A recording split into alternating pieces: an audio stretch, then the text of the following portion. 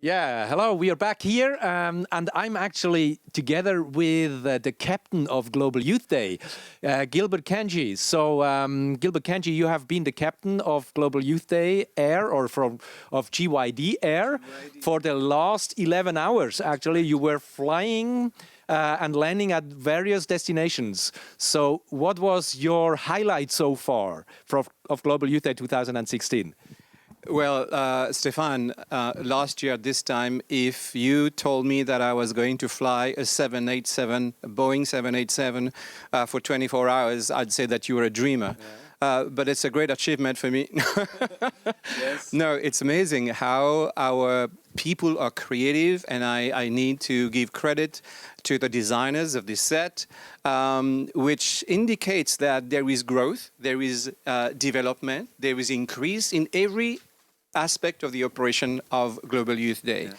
So for me, I measure the progress of Global Youth Day in terms of the vision. So what is the vision of Global Youth Day? We speak the prophetic language because right from the beginning we say there are 8 million people on the streets. We don't have 8 million people, but it's a prophetic statement because we want to see total involvement of our young people.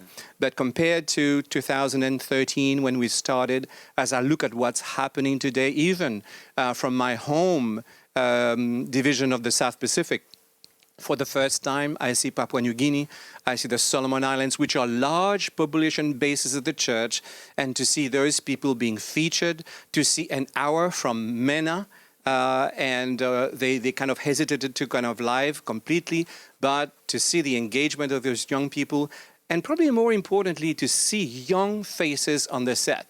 You know, in Melbourne, in Sydney, and in MENA as well, it is actually the young people driving the program. So the vision is gradually coming into reality, and the vision is to see the emergence of an aligned movement of young people globally. And when you hear the language that our young people are talking and the excitement that they are carrying, I am starting to become skeptical about this whole disengagement thing. Yeah.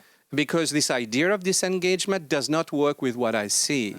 So I think, Stefan, it is being proven once again that once you give young people an opportunity, some space to lead and to express their devotion and their creativity, I think that in itself will go a long way to stem the so-called disengagement that we experience. Yeah. So it's good to see that young people are actually motivated to be involved in spreading the gospel. And one of the key phrases of Global Youth Day is to be the hands and feet of Jesus. The church has also come out now with the global slogan, total member involvement. Right. What part of do the young people play in this? Well, we have the youth version of it. For us, it's total youth involvement.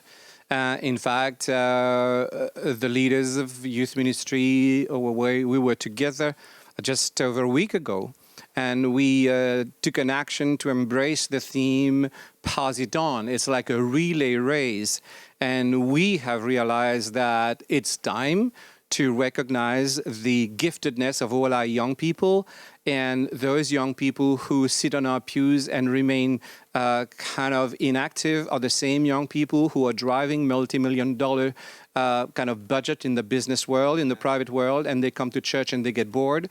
It's time to pass on the relay, to give them the baton, to give them the keys and empower them to take leadership. So yes, our determination in this whole movement of total church involvement, total member involvement is actually total youth involvement. And if the trend that we have seen tonight is sustained, and I think we're going to move closer and closer to that reality. Yes.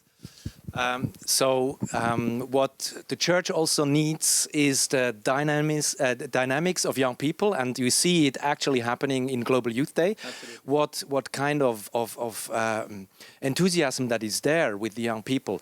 So I think as a church we do good if we give young people also the lead in many of our activities and decisions actually that we do. So leadership for young people is one of the aspects, and that leads me also to another thing which connects somehow to Global Youth Day, because Global Youth Day is, of course, a global initiative. But we will have also another global event coming, which is in 2018, and this is the Global Youth Ministries Convention or Congress. And it will actually happen here in Germany, not far away from our studio here, and we are already preparing this big event. We want to talk a little bit about this, but before we do that, we can see a little clip.